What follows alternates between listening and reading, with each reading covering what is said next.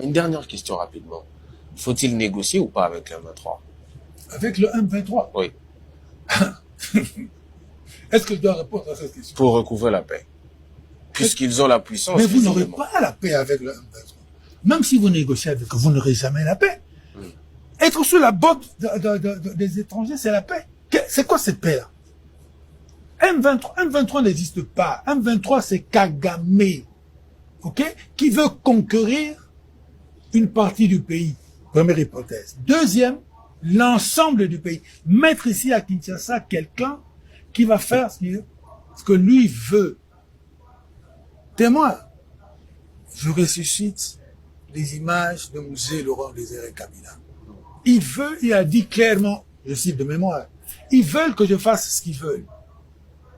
Ils veulent des carrés miniers, ils veulent des espaces pour prendre le bois, ils veulent tous, M23, tout ici sera rwandanisé. Vous serez leurs esclaves. La télévision ici, elle va appartenir à un patron rwandais. C'est ce qu'ils veulent. On ne domine pas un peuple pour l'émanciper. On vient dominer un peuple pour l'écraser. Et c'est le projet du M23. Dites-le, répétez-le.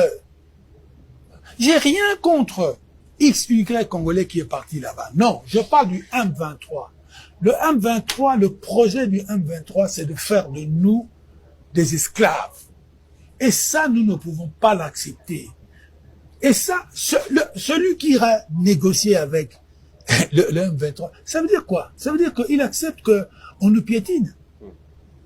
Ça veut dire qu'il accepte que nous rentrons dans une époque coloniale avec des voisins. Mais ça, je ne peux pas l'envisager. Non, nous devons nous battre. Faisons seulement l'effort de trouver les conditions qui vont faire que nous nous battrons mieux. C'est ce que je reproche aujourd'hui qui n'est pas fait. Si vous voulez vraiment comprendre le fond de ma pensée.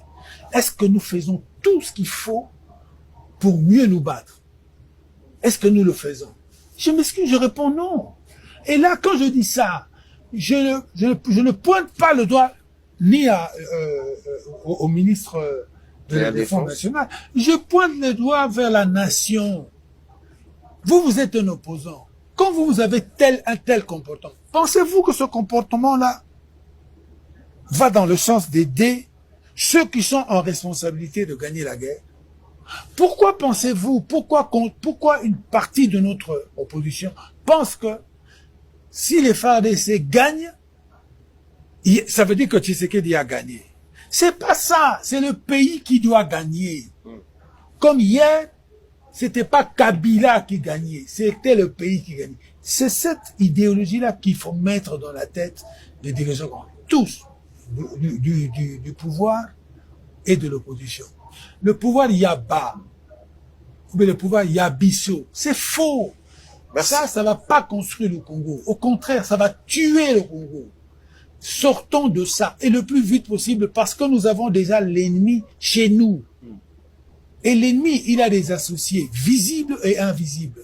Et les associés invisibles, ils vont sortir du sud ici. Ils vont nous attaquer au sud ici, et peut-être même au nord.